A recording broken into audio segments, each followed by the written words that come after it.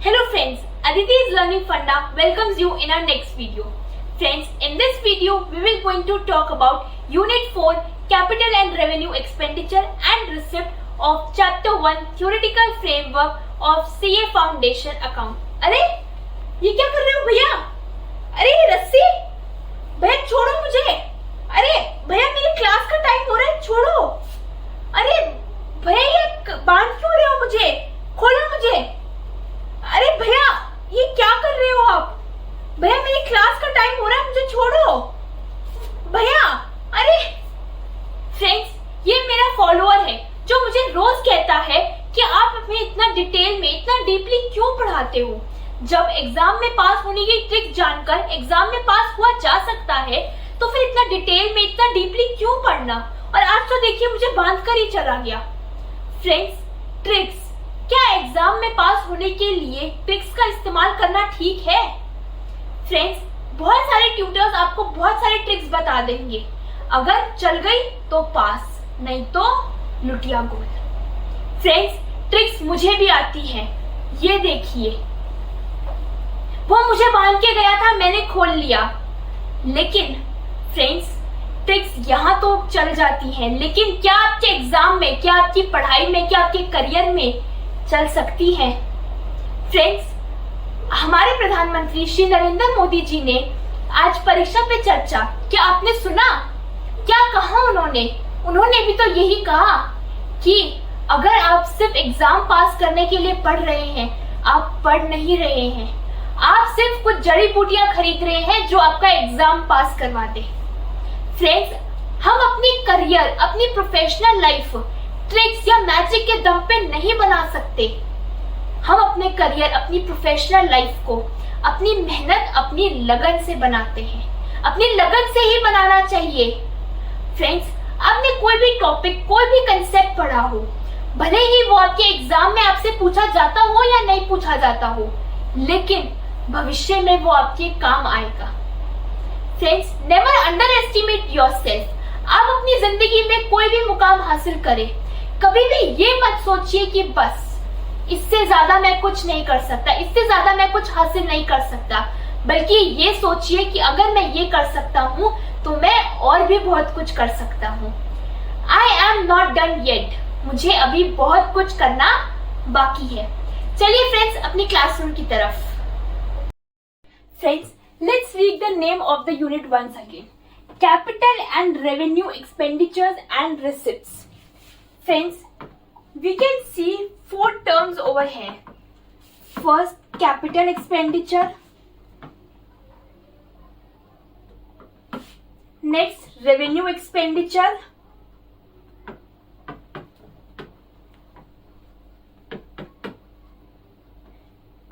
Capital receipt.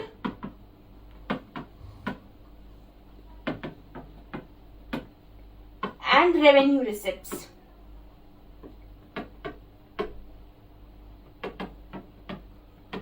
Friends, there are 2 types of expenditures and 2 types of receipts. Let's talk about these 4 terms one by one. Our first term is capital expenditure.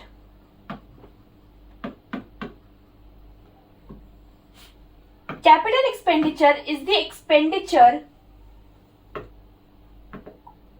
that provides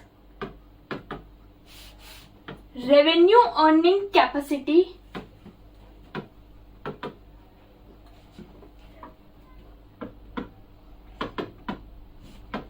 for more than one accounting period.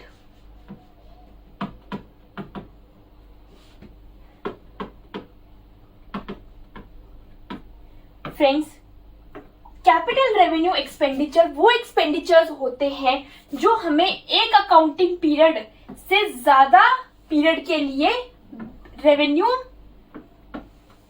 Earn करने में help करते हैं. जैसे कि आपने अपनी enterprise के लिए कोई भी एसेट परचेज किया. फ्रेंड्स, सपोज मशीनरी, बिल्डिंग, ये एसेट्स हमारी इंटरप्राइज को एक अकाउंटिंग पीरियड से ज्यादा अकाउंटिंग पीरियड तक रेवेन्यू देते हैं। मतलब एक अकाउंटिंग पीरियड से ज्यादा हमें इन से बेनिफिट मिलता है। तो हमने इन एसेट्स को एक्वायर करने के लिए जो भी एक्सपेंडिचर किया है, that expenditure is known as capital expenditure. Okay friends, let's move to our next term, that is revenue expenditure.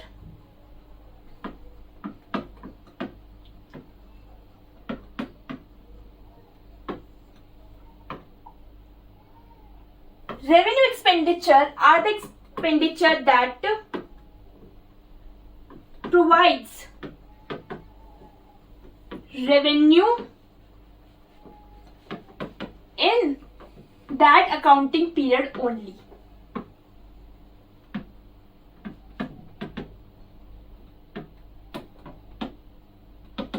Friends, हमारी नेक्स्ट टर्म है revenue expenditure.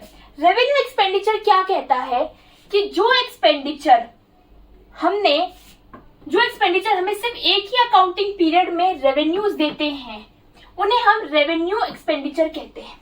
For example, a dealer dealing in furniture, वो एक furniture purchase करता है।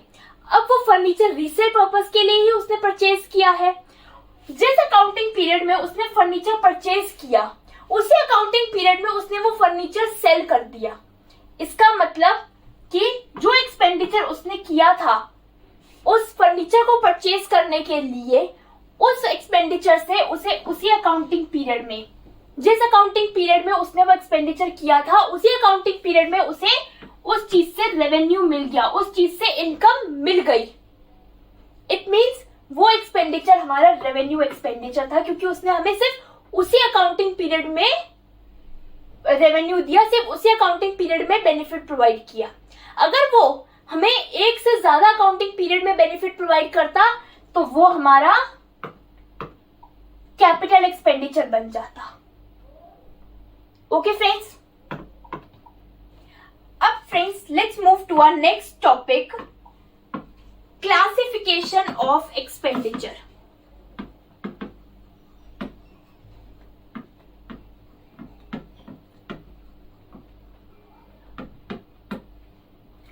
अगर हमें ये पता करना है कि हमारा एक्सपेंडिचर कैपिटल है या रेवेन्यू, उसके लिए कुछ हमारे पास बेसिस है, कुछ क्राइटेरिया है जिन्हें हम देखेंगे। Let's see our first one, nature of business.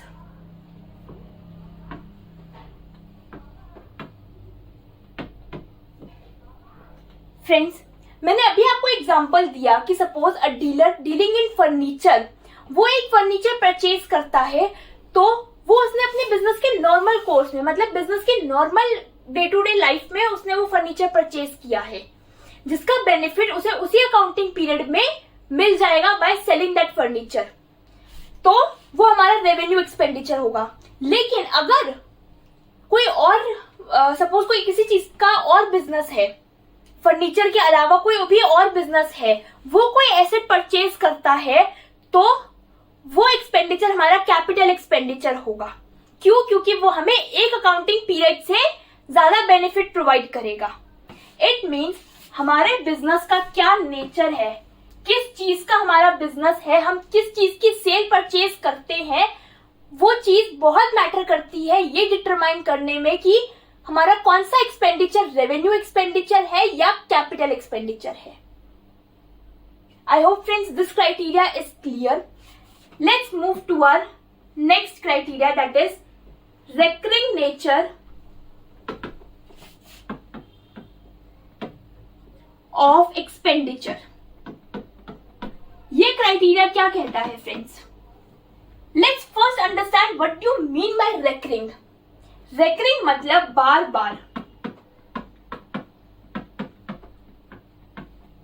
Friends, अगर कोई हमारा एक्सपेंडिचर बार बार हो रहा है, मतलब एक ही अकाउंटिंग पीरियड में हमने या तो एक से ज्यादा बार कर लिया है, तो वो एक्सपेंडिचर हमारा रेवेन्यू एक्सपेंडिचर होगा। जैसे एक डीलर जो फर्नीचर में डील कर रहा है, ऐसा तो है नहीं कि वो एक ही बार फर्नीचर खरीद लेगा। वो बार बार फर्नीचर खरीदेगा क्योंकि वो बार बार उस फर्नीचर को सेल करना है उसे। उसका ये बिजनेस है कि फर्नीचर खरीदना और फर्नीचर आगे कस्टमर्स को बेचना। वो बार बार फर्नीचर पे अपना खर्चा करेगा, वो खर्चा उसका रेवेन्यू एक्सपेंडिचर है। लेकिन अगर उसने एक बार कोई मशीनरी या कोई भी एसेट जैसे बिल्डिंग, लैंड, कोई भी एसेट परचेज कर लिया, अब ऐसा तो है नहीं वो बार बार करेगा। हम हर साल या एक ही साल में 2-3 बार तो नहीं परचेज करते, तो वो हमारा कैपिटल नेचर की ट्रांजैक्शन, कैपिटल नेचर का एक्सपेंडिचर होता है। मतलब अगर हमारा कोई भी एक्सपेंडिचर बार बार रिकर हो रहा है, बार बार हो रहा है, तो वो हमारा रेवेन्यू एक्सपेंडिचर होगा। और अगर वो बार बार नहीं हो रहा है, अगर वो रेकरिंग नेचर का नहीं है, तो वो कैपिटल एक्सपेंडिचर होगा। I hope friends this criteria is also clear. Let's move to our next criteria, that is effect of revenue earning capacity. Friends ये क्राइटेरिया क्या कहता है कि अगर मतलब आपके रेवेन्यू अर्निंग कैपेसिटी का क्या इफेक्ट है। अगर आपको एक अकाउंटिंग पीरियड के लिए रेवेन्यू मिल रहा है, सिर्फ एक अकाउंटिंग पीरियड में ही आपको सिर्फ उसका बेनिफिट मिल रहा है, तो that will be your revenue expenditure.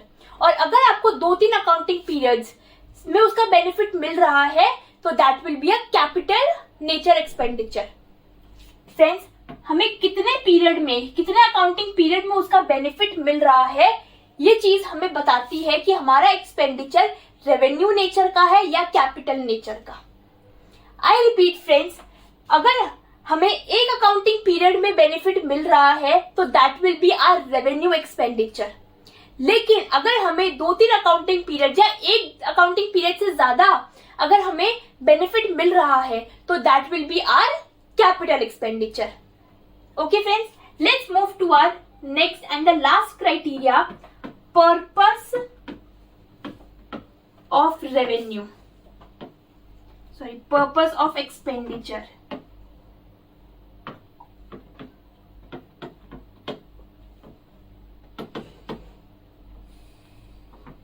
Friends हमारा नेक्स्ट क्राइटेरिया है purpose of expenditure.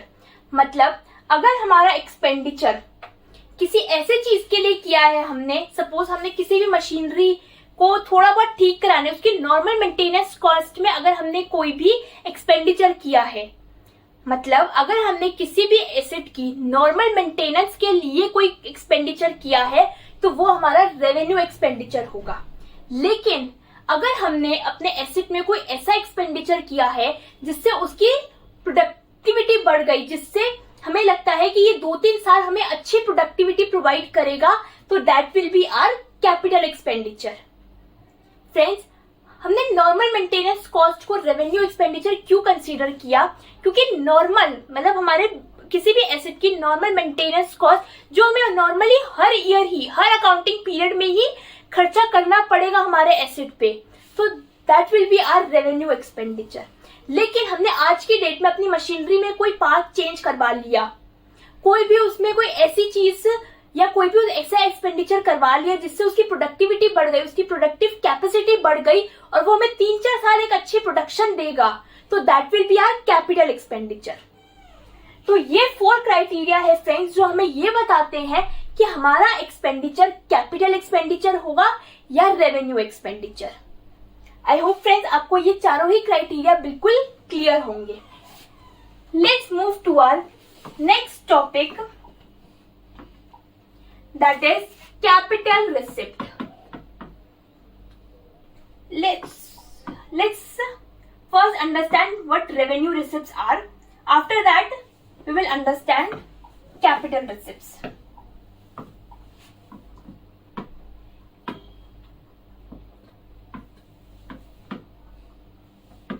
Revenue receipt.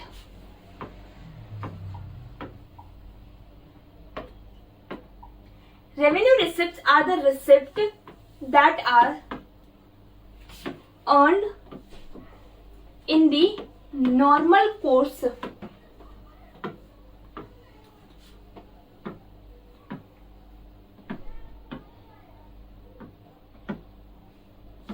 Of business. Friends,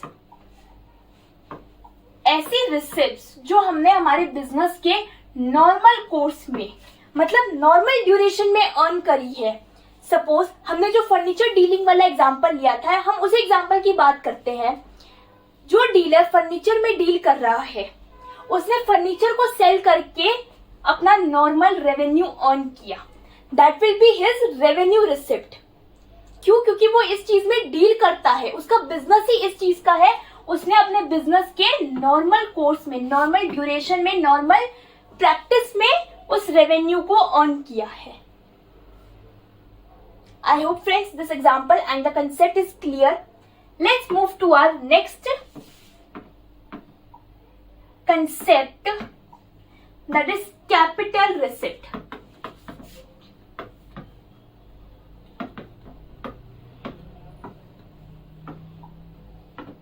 Friends, capital receipt are those receipts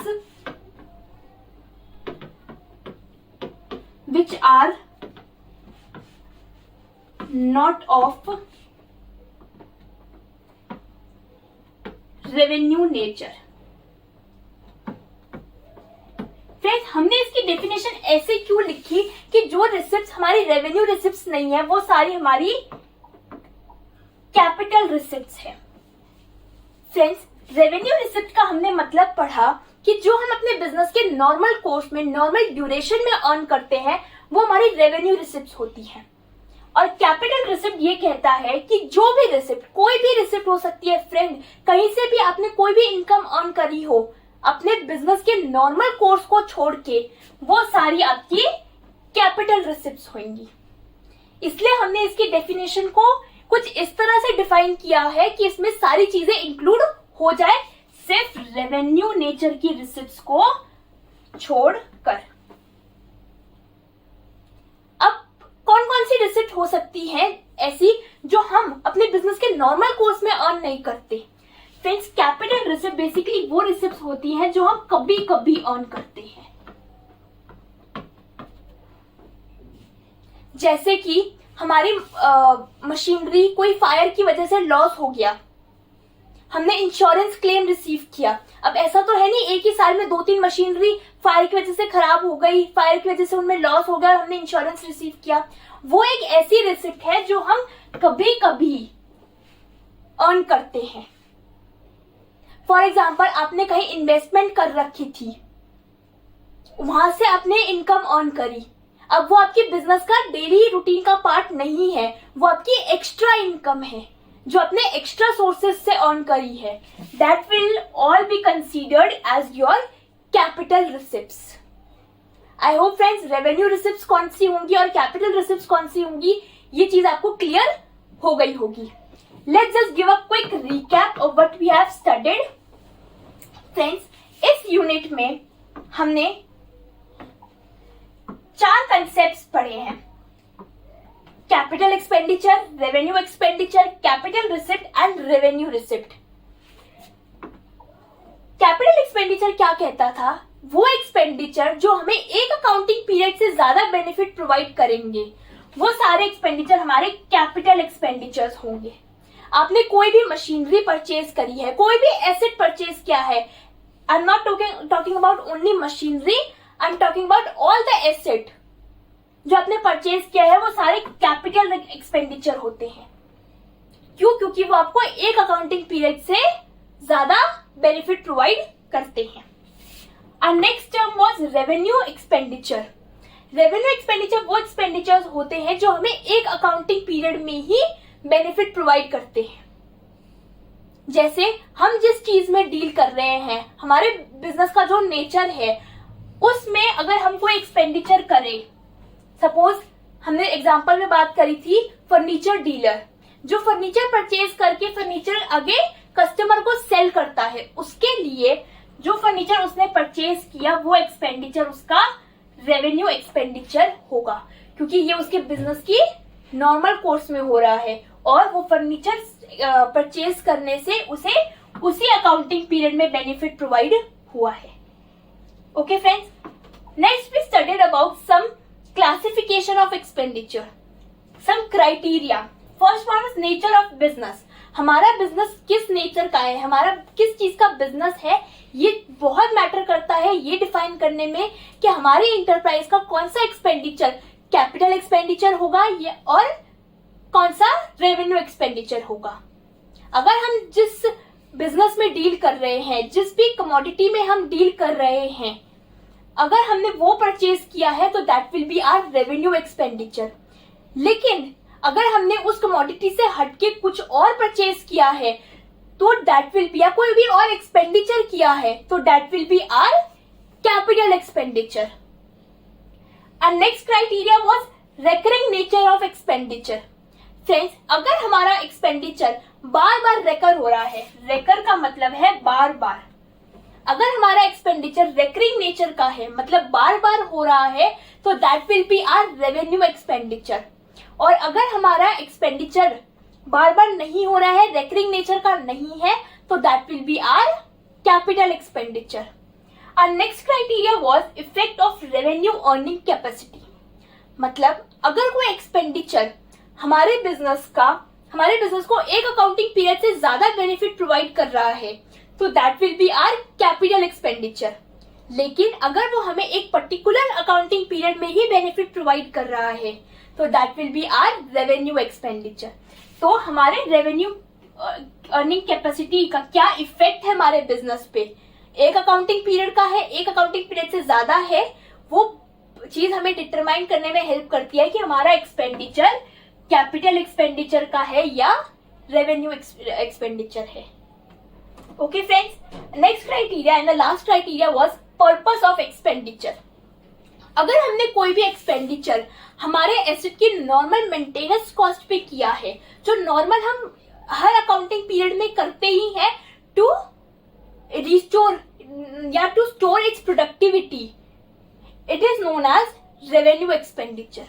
लेकिन अगर हम कोई एसेट में कुछ ऐसा एक्सपेंडिचर करते हैं जिससे उसकी प्रोडक्टिविटी इनहांस होती है, या हम कोई एक्स्ट्रा खर्चा कर रहे हैं, कोई एक्स्ट्रा एक्सपेंडिचर कर रहे हैं apart from its maintenance cost, that will be our capital expenditure.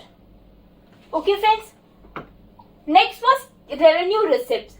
वो रिसिप्ट्स जो हम अपने बिजनेस की नॉर्मल कोर्स में, नॉर्मल बिजनेस में अर्न कर रहे हैं, that will be our revenue receipts. जैसे डीलर जो हमारा फर्नीचर में डील कर रहा है, उसने फर्नीचर सेल करके जो इनकम अर्न करी है वो उसने अपने बिजनेस के नॉर्मल ड्यूरेशन में करी है, नॉर्मल कोर्स में करी है, that will be our revenue receipt. Next and the last term was capital receipt, जिसका मतलब है कभी कभी अर्न करे जाने वाली इनकम। फ्रेंड्स, कैपिटल रिसिप्ट ये कहता है कि जो भी रिसिप्ट हमारी रेवेन्यू नेचर की नहीं है वो सारी रिसिप्ट हमारी फिर कैपिटल नेचर की है। मतलब जो भी इनकम, जो भी रिसिप्ट हमने बिजनेस के नॉर्मल कोर्स से, नॉर्मल ड्यूरेशन से हटके अर्न करी है वो सारी हमारी कैपिटल रिसिप्ट है। जैसे कि हमने बात करी थी कोई इन्वेस्टमेंट से हमने रिटर्न अर्न किया, वो हमारा कैपिटल रिसिप्ट कहलाएगा। Okay friends, I hope all the terms are clear. Now let's just check whether you have understood all the terms, all the concept of this unit or not. Let's see.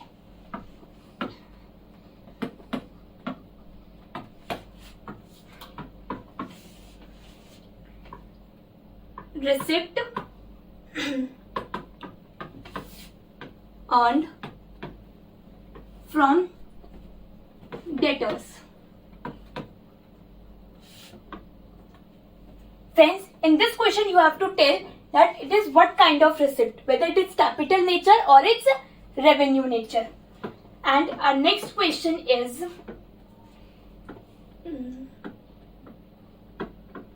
expenditure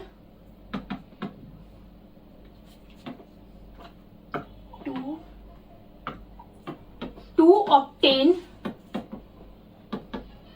a license for starting a factory.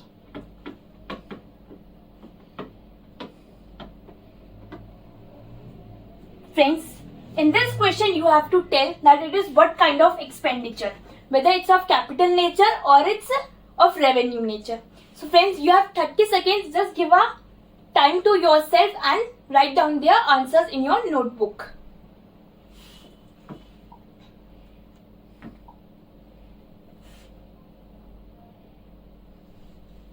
Friends, now let's check whether you have understood the concept or not.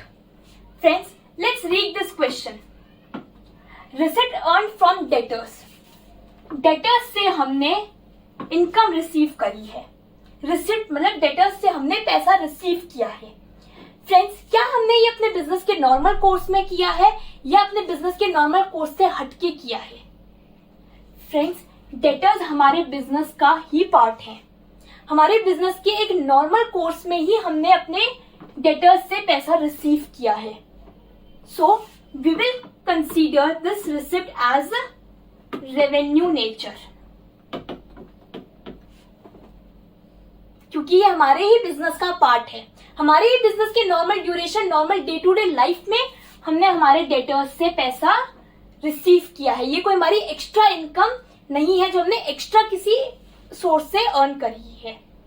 Okay friends, and our next question was expenditure to obtain a license for starting a factory. Friends, हमें एक factory start करने के लिए एक licence की जरूरत थी और उस लाइसेंस को ऑब्टेन करने के लिए हमने कुछ एक्सपेंडिचर किया. क्या ये कैपिटल एक्सपेंडिचर होगा या रेवेन्यू एक्सपेंडिचर? फ्रेंड्स, क्या हमें ये सिर्फ एक अकाउंटिंग पीरियड बेनिफिट प्रोवाइड करेगा या more than one accounting period हमें ये बेनिफिट प्रोवाइड करेगा? फ्रेंड्स, ये हमें more than one accounting period benefit provide करेगा. That's why it will be of capital nature. Friends, हमने फैक्ट्री के लिए लाइसेंस ऑब्टेन करने के लिए जो एक्सपेंडिचर किया, क्या हम हर अकाउंटिंग पीरियड में करेंगे? नहीं ना फ्रेंड्स. हमने जो लाइसेंस एक बार ऑब्टेन कर लिया वो हम सालों साल यूज करेंगे. हमें परमिशन मिल गई, हमें हर साल वो परमिशन लेने की नीड नहीं है. तो ये लाइसेंस हमें एक अकाउंटिंग पीरियड से ज्यादा बेनिफिट प्रोवाइड करेगा. फ्रेंड्स, अगर आप लोगों के सारे आंसर्स, दोनों आंसर्स करेक्ट थे तो गुड फ्रेंड्स, आप लोगों ने कैपिटल नेचर और रेवेन्यू नेचर के एक्सपेंडिचर और रिसिप्ट्स में बहुत ही अच्छे से डिफरेंस समझ लिया है. लेकिन फ्रेंड्स, अगर आप लोगों में से किसी का भी कोई भी एक क्वेश्चन गलत था तो please friends watch this video again with full concentration and with full energy, so that आपको ये चारों ही कंसेप्ट बहुत ही इजीली डिफ्रेंशिएट कर पाओ आप इन कंसेप्ट में और आपको कोई भी प्रॉब्लम फेस ना करनी पड़े. और फ्रेंड्स, अगर आप लोगों में से किसी ने भी इन दोनों ही क्वेश्चंस का आंसर नहीं दे पाए हो तो प्लीज फ्रेंड्स आप लोग भी इस वीडियो को दोबारा देखिए, अच्छे से देखिए, अपनी पूरी कंसंट्रेशन और अपनी पूरी एनर्जी के साथ देखिए, सो दैट आप इसका बेस्ट रिजल्ट निकाल सको. Thank you so much guys. Keep loving like this only and don't forget to like my video, subscribe to my channel and press the bell icon for all the latest updates and notifications.